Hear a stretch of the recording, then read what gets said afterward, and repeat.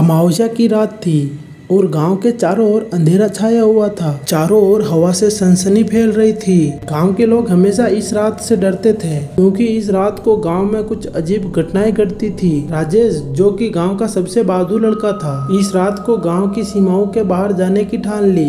राजेश ने अपने दोस्तों राम और किशन को भी बुला लिया। तीनों ने अपने अपने घर से छुपकर निकलने की योजना बनाई। रात के 12 बजे गांव की सीमा से बाहर निकलने का तय किया। रात के 12 बजते ही तीनों दोस्त गांव की सीमाओं के बाहर एक पुराने मंदिर के पास मिले। यह मंदिर अब खंडर में बदल चुका था। गांव के लोग तो इसे भूतिया मंदिर कहकर पुकारते थे। जैसे ही वे मंदिर के पास पहुंचे, हवा में एक अजीब सी ठंडक और खौफनाक आवाजें गूंजने लगी। राजेश बोला, हमें यहाँ नहीं आना चाहिए था। तभी राम घबराते हुए बोला, डरो मत, ये सिर्फ हमारी कल्पना है। तभी राजेश ने हिम्मत बांधते हुए कहा। जैसे ही वे मंदिर के अंदर दाखिल हुए, उन्होंने देखा कि वहाँ की मूर्तियाँ धूल में लिपटी हुई थी और जगह जगह पर खून का निशान है।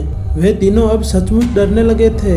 तभी अचानक से एक जोर की चीख सुनाई दी।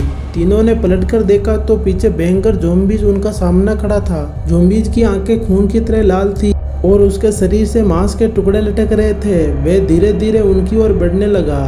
तीनों दोस्तों ने अपनी जान बचाने के लिए दौड़ लगा दी। राम, किशन और राजेश अपनी जान बचाने के लिए तेजी से भाग रहे थे, लेकिन ज़ॉम्बी भी उनके पीठ पर था। वे खेतों के बीच में भागते हुए गांव की ओर बढ़ रहे थे। उनकी सांसें तेज हो रही थी और पैर कांप रहे थे। किशन ने हाँफते हुए कहा, हम इसे नहीं हरा सकते, हमें कहीं छुपना होगा। राजेश ने कहा, यह सही कह रहा है, हमें गांव की ओर नहीं जाना चाहिए वरना ये हम सबको मार डालेगा। तीनों ने मिलकर एक पुरानी हवेली में छुपने का निर्णय लिया। ये हवेली गांव के बाहर स्थित थी और लोग इसे भी भूतिया मानते थे।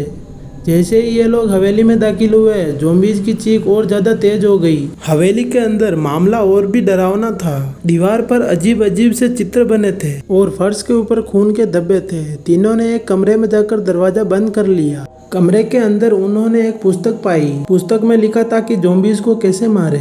पुस्तक में लिखा था कि ज़ॉम्बीज को हराने के लिए एक विशेष मंत्र का उच्चारण करना होगा और उसे एक विशेष चाकू से मारना होगा। तीनों ने मिलकर यह मंत्र याद किया और चाकू की तलाश करने लगे। उन्हें वह चाकू एक पुराने बक्से में मिला।